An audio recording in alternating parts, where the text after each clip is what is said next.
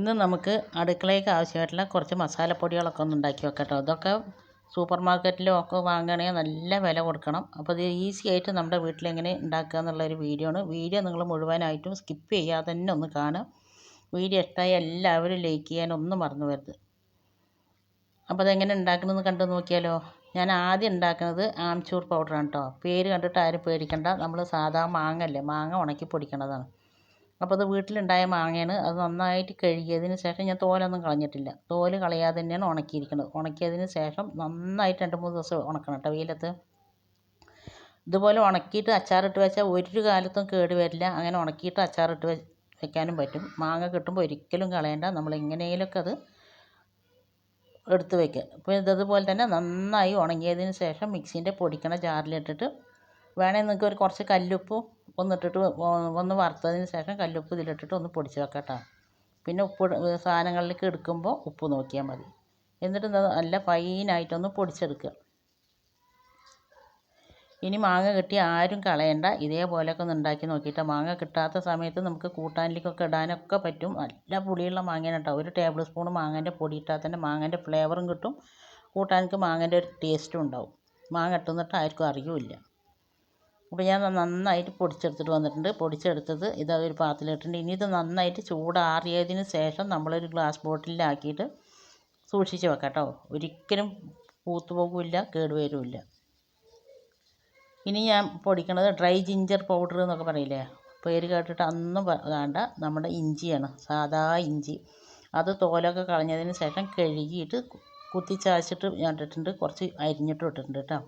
അത് നന്നായിട്ട് ഉണക്കിയിരിക്കുക. എല്ലാതും നല്ലപോലെ ഉണങ്ങി കിട്ടണം. അപ്പോൾ അതാ ഞാൻ കുറച്ച് പുതിനയില ഉണങ്ങാൻ വെച്ചിരിക്കുകയാണ്. ഇത് വെള്ളം തിളപ്പിക്കണതിൻ്റെ മേലെ വെച്ചതാണ് കേട്ടോ. അപ്പോൾ അത് നന്നായിട്ട് ഉണങ്ങിയിട്ടുണ്ട്. ഉണങ്ങിയതിന് ശേഷം ഇതും അതുപോലെ തന്നെ പൊടിച്ചിട്ട് ഒരു ഗ്ലാസ് ബോട്ടിലാക്കി വെക്കുക. നമ്മൾ ആക്കി വെക്കണ ബോട്ടിലിൽ ഒരു പൊട്ട് പോലും ഈർപ്പത്തിൻ്റെ നനവ് ഉണ്ടാകരുത്. അത് മാത്രം ശ്രദ്ധിച്ചാൽ മതി. ഇനി ഞാൻ ഉണ്ടാക്കുന്നത് ചാറ്റ് മസാലയാണ് കേട്ടോ. ഞാനതിപ്പോൾ ചുക്കും ഞാൻ പൊടിച്ച് വെച്ചിട്ടുണ്ട്. ഇത് ഞാൻ ചാറ്റ് മസാലയാണ് ഉണ്ടാക്കുന്നത്. ചാറ്റ് മസാല ഉണ്ടാക്കാൻ വേണ്ടിയിട്ട് ഞാനൊരു ചട്ടി അടുപ്പിൽ വെച്ചിട്ടുണ്ട്. അപ്പോൾ ചട്ടി ഏറ്റവും ലോ ഫ്ലെയിമിലിട്ട് ചട്ടി നന്നായിട്ട് ചൂടായിട്ടുണ്ട്. അതിൽ ഞാൻ 2 ടേബിൾ സ്പൂൺ മുഴുവനായിട്ടുള്ള മല്ലിയാണ് ഇടുന്നത്, കോറിയൻഡർ. അതിന് ശേഷം 1 ടേബിൾ സ്പൂണ് ഫെനൽ സീഡ് ഇടുന്നത്, വലിയ ജീരകം. പിന്നെ ഇട്ടത് 2 ടീസ്പൂണ് ചെറിയ ജീരകം, ക്യുമിൻ സീഡ്. ഒരു 30 കുരുമുളക്, കാലി മിർച്ചി, ബ്ലാക്ക് പെപ്പർ എന്നൊക്കെ പറയില്ല, അതാണ് കേട്ടോ. ഇനി അതെല്ലാം പാടെ നന്നായിട്ടൊന്ന് വറുത്തെടുക്കുക. ഇത് ഒന്ന് വറന്ന് വരുമ്പോൾ ഒന്ന് പൊട്ടും. ആ പൊട്ടുന്ന സമയത്ത് നമ്മൾ പെട്ടെന്ന് തന്നെ ചട്ടിയിൽ നിന്ന് മാറ്റുക. ഒരുപാട് നേരം വെച്ചിട്ടുണ്ടെങ്കിൽ അത് കരിഞ്ഞു പോകുള്ളൂ. ഒന്നും കരിയരുത് കേട്ടോ. കരിഞ്ഞ് പറഞ്ഞാൽ പിന്നെ നമ്മുടെ ഉണ്ടാക്കണ മസാലേൻ്റെ ടേസ്റ്റ് മാറും. അപ്പോൾ നമ്മൾ ഇത് ഏതിലേക്കും ഉപയോഗിക്കുകയാണെങ്കിലും കരിയലിൻ്റെ ചുവ വരുള്ളൂ. ഇനി അത് പൊട്ടിയതിന് ശേഷം ഞാനിതിലേക്ക് 1 ടേബിൾ സ്പൂൺ കല്ലുപ്പ് ഇട്ടിട്ടുണ്ട്. 1 ടേബിൾ സ്പൂൺ അല്ല കേട്ടോ, 1 ടീസ്പൂണ്. അതുപോലെ തന്നെ 1 ടീസ്പൂണ് കറുത്ത ഉപ്പ് ഇട്ടിട്ടുണ്ട്, ബ്ലാക്ക് സോൾട്ട്. അത് രണ്ടും പാടെ നന്നായിട്ടൊന്ന് വറുത്തെടുക്കുക. ഉപ്പിലുള്ള വെള്ളത്തിൻ്റെ നനവൊന്ന് പോയി കിടണം. ഇത് ഉപ്പ് ഇടുന്നത് നമ്മുടെ ഈ മസാല ഒരിക്കലും കേട് വരില്ല കേട്ടോ.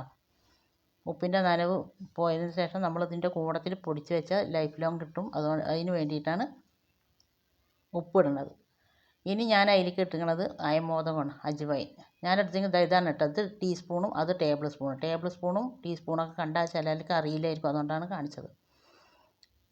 ഇനി അജ്വൈനും ഇട്ടിട്ട് നന്നായിട്ടൊന്നും അത് പൊട്ടി വരണം. അതൊരു ടീസ്പൂണാണ് ഞാൻ ഇട്ടിരിക്കുന്നത് കേട്ടോ. ഒരുപാട് ഇടരുത്.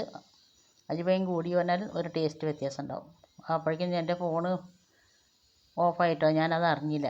ഞാൻ പിന്നെ പുതിനയില ഇട്ടിട്ടൊന്ന് ഫോണിലേക്ക് നോക്കിയപ്പോൾ ക്യാമറ ഒക്കെ ഓഫായി കിടക്കണം.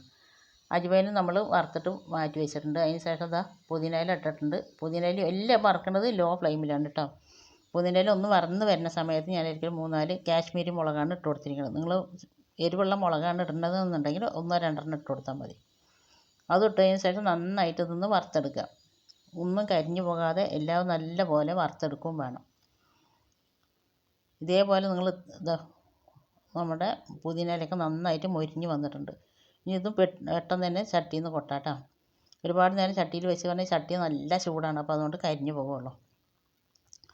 ഇതുപോലെ നിങ്ങൾ ഉണ്ടാക്കി വെച്ചിട്ടില്ല എന്നുണ്ടെങ്കിൽ ഒന്ന് ഉണ്ടാക്കി നോക്കിയിട്ടോ. നിങ്ങൾ ഉണ്ടാക്കി നോക്കുന്നുണ്ടെങ്കിൽ ഇതിൻ്റെ ഫീഡ്ബാക്ക് എന്തായാലും താഴെ കമൻറ്റ് ബോക്സിൽ അറിയിപ്പിക്കാനും മറന്നു പോയത്.